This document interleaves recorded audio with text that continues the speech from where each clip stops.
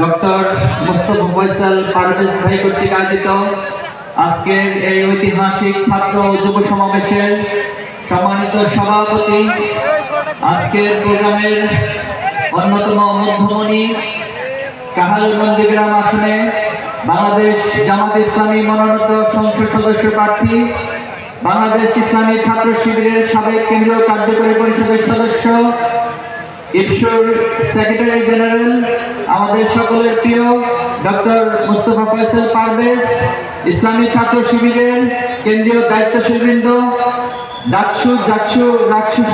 চাকসুর তিনজন নির্বাচিত ভিপি, অন্যান্য দায়িত্বশীলবৃন্দ, সাংবাদিক বন্ধুগণ, সংগ্রামী বগুড়াবাসী, আসসালামু আলাইকুম ওয়া রাহমাতুল্লাহি ওয়া বারাকাতুহু।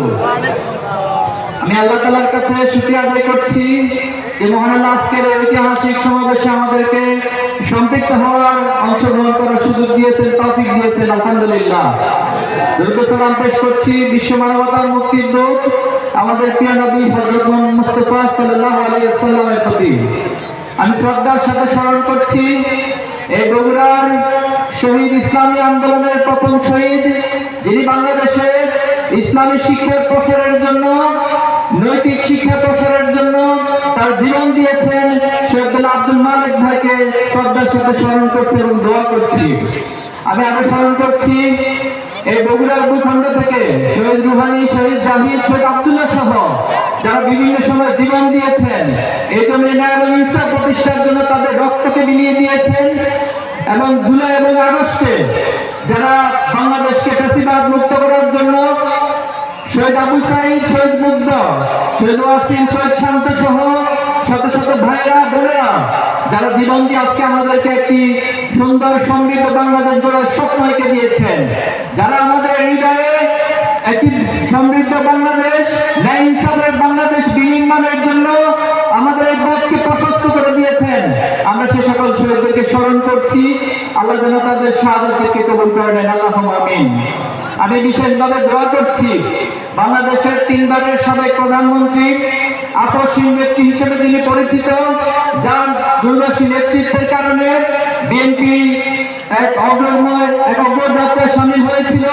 বাংলাদেশ বারবার পথ হারানোর সময় যিনি তার নেতৃত্ব দিয়ে বাংলাদেশকে সঠিকভাবে পরিচালিত করেছেন, তিনি আজকে মুমূর্ষু অবস্থায়, অসুস্থ অবস্থায় রয়েছেন। আমরা আজকে এই সমাবেশ থেকে দোয়া করছি মহান আল্লাহ তাআলা যেন তার প্রিয় বান্দিকে ক্ষমা করেন এবং দ্রুত সুস্থতা দান করেন। আমরা বিশ্বাস করি যে নতুন বাংলাদেশ বিনির্মাণের স্বপ্ন যুব সমাজ, ছাত্র সমাজ দেখছে। আগামী দিনে ফ্যাসিবাদ মুক্ত বাংলাদেশ নির্মাণের জন্য ওনার গুরুত্বপূর্ণ পরামর্শ, দিক নির্দেশনা এই প্রজন্মের অনেক বেশি প্রয়োজন। আমরা আশা করি আল্লাহ তাআলা তার বান্দিকে সুস্থতা নিয়ামত দান করবেন ইনশাআল্লাহ তাআলা। সংগ্রামী উপস্থিতি, আমাদের এই বাংলাদেশের ভূখণ্ড দীর্ঘদিন যাবৎ লড়াই সংগ্রামের ইতিহাসের মধ্য দিয়ে গিয়েছে। এই ভূখণ্ডে সেই ঔপনিবেশিক শাসনামল থেকে শুরু করে হাজী শরীয়তুল্লাহ তিতুমীররা লড়াই করেছেন, সংগ্রাম করেছেন, জীবন দিয়েছেন শুধুমাত্র এই ভূখণ্ডের স্বাধীনতার জন্য। আমরা দেখেছি 52 থেকে শুরু করে 69, 71, 90-এর গণ অভ্যুত্থান সহ 24-এর আন্দোলনে বারবার ছাত্র সমাজ, যুব সমাজ তারা তাদের জীবনকে বিলিয়ে দিয়েছেন, রক্তকে বিলিয়ে দিয়েছেন শুধুমাত্র এই ভূখণ্ডের স্বাধীনতাকে, সার্বভৌমত্বকে টিকিয়ে রাখার জন্য। এবং সেই ধারাবাহিকতায় 2024-এর জুলাই আগস্টে বাংলাদেশের ছাত্র সমাজ জেগে উঠেছিল। জুলাই এবং আগস্টে এটি নিজে কোনো আন্দোলন ছিল না, এটি ছিল সময়ের, ইতিহাসের এক অনিবার্য প্রজন্মের জাগরণ।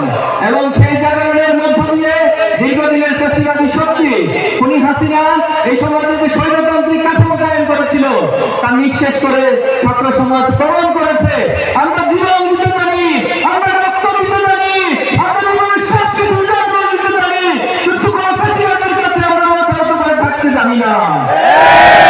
সংগ্রামী উপস্থিতি, জুলাই এবং আগস্টের পর এই প্রজন্ম আমরা স্বপ্ন দেখেছিলাম যে বাংলাদেশের রাজনীতিতে একটি গুণগত পরিবর্তন হবে।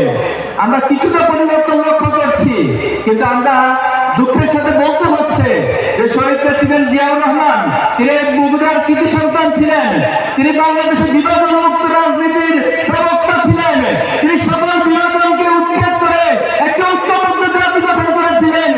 আধিপত্যবাদের বিরুদ্ধে আমার বলিষ্ঠ ভূমিকা ছিল, কিন্তু দুর্ভাগ্য হচ্ছে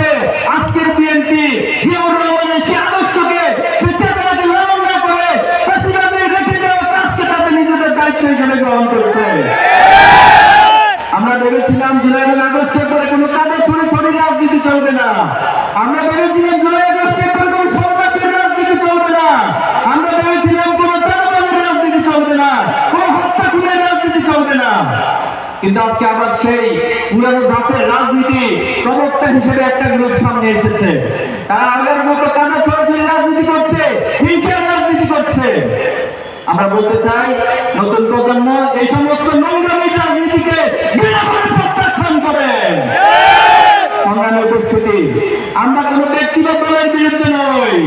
আমরা যারা সন্ত্রাসের পক্ষে, যারা ফ্যাসিবাদ কায়েম করতে চায়, যারা আধিপত্যবাদের গোলামি করতে চায়, তাদের বিরুদ্ধে অবস্থান নিয়েছে।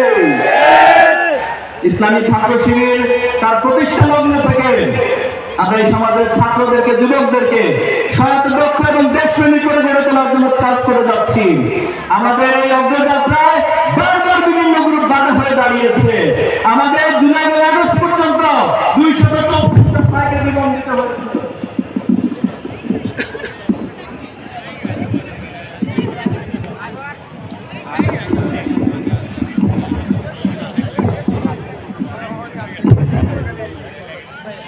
সংগ্রামী উপস্থিতি, ইসলামী ছাত্র শিবিরের এই যাত্রায় অসংখ্য শত শত ভাইদেরকে জীবন দিতে হয়েছে, রক্ত দিতে হয়েছে। আমাদের শত শত ভাইদেরকে গুম করা হয়েছিল। অসংখ্য ভাইদের লাশ বাংলাদেশের বিভিন্ন নদীর খাল বিলে আমরা পেয়েছি। অসংখ্য ভাইকে পঙ্গু অবস্থায় ফিরে পেয়েছি। কিন্তু জুলাই এবং আগস্টের পর আজ আইনাগর আবিষ্কৃত হয়েছে। ইসলামী ছাত্র শিবিরের 7 জন ভাইকে এখনো আমরা খুঁজে পাই নাই। আমরা সরকারের কাছে বারবার আবেদন করেছি, বিভিন্ন কমিশনের কাছে তথ্য দিয়েছে, আবেদন করেছি, কিন্তু তারা এখনো পর্যন্ত আমাদের সেই সংবাদ দিতে পারে নাই। সারা দেশে আমাদের শত শত ভাইয়েরা আহত হয়েছে, বন্ধুত্ববরণ করেছে, কিন্তু ইসলামী ছাত্র শিবির কখনো কারো কাছে মাথা নত করে নাই। ইসলামী ছাত্র শিবির ঘোষণা দিয়েছে আত্মসমর্পণ করেছি, কখনো মাথা নত করি না। বিভিন্ন জন আমাদের বিরুদ্ধে স্লোগান দেয়। এখনো পর্যন্ত জুলাই আগস্টের পরে স্লোগান আমাদেরকে শুনতে হয়, একটা একটা শিবির ধরে ধরে জবাই কর। এই স্লোগান আপনারা শুনেছেন? বিভিন্ন জায়গায় এখনো ফেসিবাদের স্লোগান শোনা যায়। তাদের উদ্দেশ্যে বলতে চাই, অতীতে যারা ছাত্র শিবিরের বিরুদ্ধে স্লোগান দিয়েছে তাদের বাংলাদেশ থেকে গুলি চালিয়ে দিয়েছে। অতীতে যারা ছাত্র শিবিরকে থামিয়ে দেওয়ার চেষ্টা করেছে তাদেরকে থামিয়ে দিয়েছে। অতীতে যারা ছাত্র শিবিরকে নিষিদ্ধ করেছিল তারা বাংলাদেশের মানুষের মন্দির থেকে নিষিদ্ধ হয়ে এই কাজ থেকে পালিয়ে যেতে বাধ্য হয়েছে। এই জন্য আমাদেরকে ভয় দেখাতে আসবেন না। আমরা বলেছি আমরা আল্লাহ ছাড়া কাউকে ভয় করি না। আমরা আল্লাহ ছাড়া দুনিয়ার কোন শক্তিকে কখনো পরোয়া করি না, ভয় পাই না। সংগ্রামী উপস্থিতি, এই বাংলাদেশ অপার সম্ভাবনার একটি বাংলাদেশ। এই বাংলাদেশে যে মানব সম্পদ রয়েছে, এই মানব সম্পদকে যদি যথাযথভাবে কাজে লাগানো যায় তাহলে বাংলাদেশ পৃথিবীর অন্যতম সমৃদ্ধ একটি দেশে পরিণত হতে পারে। আপনারা জানেন পৃথিবীর যে সাম্রাজ্যগুলো ছিল এর মধ্যে মোগল সাম্রাজ্য ছিল অন্যতম। আর এই মোগল সাম্রাজ্যের অন্যতম ভূখণ্ড ছিল আমাদের এই বাংলার জমিন। এই বাংলাদেশ সমৃদ্ধ ছিল শুধুমাত্র ঔপনিবেশিক লুটপাটের কারণে এবং আমাদের অদূরদর্শী অসৎ নেতৃত্বের কারণে এই বাংলাদেশটা কাঙ্ক্ষিত পর্যায়ে পৌঁছতে পারেনি। পৃথিবীর সবচেয়ে বড় সি বিচ বাংলাদেশের অধীনে রয়েছে। পৃথিবীর সবচেয়ে বড় ম্যানগ্রোভ সুন্দরবন বাংলাদেশের অধীনে রয়েছে।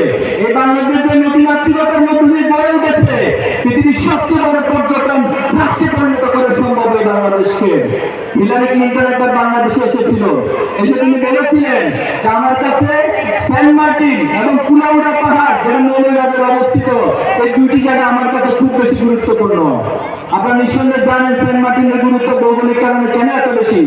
আপনারা এটা জানেন যে কুলাউড়া পাহাড়ে ডায়নামাইট পাওয়া গিয়েছিল এবং বিদেশিরা আমাদের এই দেশ নিয়ে তাদের গবেষণা আছে, তাদের চিন্তা আছে, এই দেশের মধ্যে কি সম্পদ আছে যা বিদেশিরা ভাবে। কিন্তু আমাদের দেশকে যারা পরিচালনা করেছে তারা কখনো আমাদের এই সম্পদ এই অপার সম্ভাবনা নিয়ে ভাবে নাই। আমরা অতীতে দেখেছি এই দেশকে তারা লুটে পুটে খেয়েছে। শুধুমাত্র গত 15 বছরে এই বাংলাদেশ থেকে 28.5 লক্ষ কোটি টাকা পাচার করা হয়েছে, যেটা দিয়ে বাংলাদেশকে পৃথিবীর অন্যতম সমৃদ্ধ দেশে পরিণত করা সম্ভব আবেগ ছিল। এজন্য আমরা বলতে চাই আগামী দিনে যে নেতৃত্ব নির্বাচিত হতে যাচ্ছে, যে অপার সম্ভাবনা আমাদের সামনে তৈরি হয়েছে, আমরা যুবকরা, আমরা ছাত্ররা আমাদের সর্বশক্তি দিয়ে বাংলাদেশের এই সৎ, দক্ষ এবং দেশপ্রেমিক নেতৃত্বের পাশে আমরা দাঁড়াবো। আমরা দাঁড়াবো ইনশাআল্লাহ। ফয়সাল ভাই সম্পর্কে যথেষ্ট বলেছেন আমাদের বাকি বক্তারা বলেছেন। আমি ফয়সাল ভাইয়ের সাথে তার কিছু মানুষের বিভিন্ন জায়গায় সফর করার সুযোগ হয়েছিল এবং সেখানে দেখেছি ফয়সাল ভাই শুধুমাত্র বগুড়ার নেতৃত্ব নয়, তিনি শুধুমাত্র জাতীয় নেতৃত্ব নয়, তিনি আন্তর্জাতিক অঙ্গনের নেতৃত্ব দিচ্ছেন এবং তিনি যদি নির্বাচিত হয়ে আসতে পারেন, তিনি এই বগুড়ার পাশাপাশি পুরো বাংলাদেশের জন্য, মুসলিম উম্মার জন্য ভূমিকা রাখতে পারবেন ইনশাআল্লাহ। এজন্য আমরা বলতে চাই আজকে এখানে যারা ছাত্র আছেন, আপনাদেরকে সব ক্ষেত্রে ভালো হতে হবে, ভালো ছাত্র হতে হবে, ভালো সন্তান হতে হবে, শিক্ষকের কাছে ভালো ছাত্র হতে হবে, প্রতিবেশীর কাছে ভালো প্রতিবেশী হতে হবে। আমরা যদি নিজেদেরকে এভাবে গড়ে তুলতে পারি, যুবকরা যদি গড়ে তুলতে পারি, আমরা বিশ্বাস করি অতীতের সকল নোংরামি, সকল কলুষিত, সকল কাদা ছোড়াছড়ি রাজনীতি পরিহার করে এই বাংলাদেশের অপার সম্ভাবনাকে কাজে লাগিয়ে আগামী দিনে একটি সমৃদ্ধ বাংলাদেশ আমরা গড়ে তুলব। সেই প্রত্যাশা ব্যক্ত করে আপনাদের সবাইকে ধন্যবাদ জানিয়ে আমার কথা এখানে শেষ করছি। আল্লাহ আমাদের সহায় হোক। নাসরুম মিনাল্লাহি ওয়া ফাতহুন কারীব ওয়া বাশশিরিল মুমিনিন। আসসালামু আলাইকুম ওয়া রাহমাতুল্লাহ।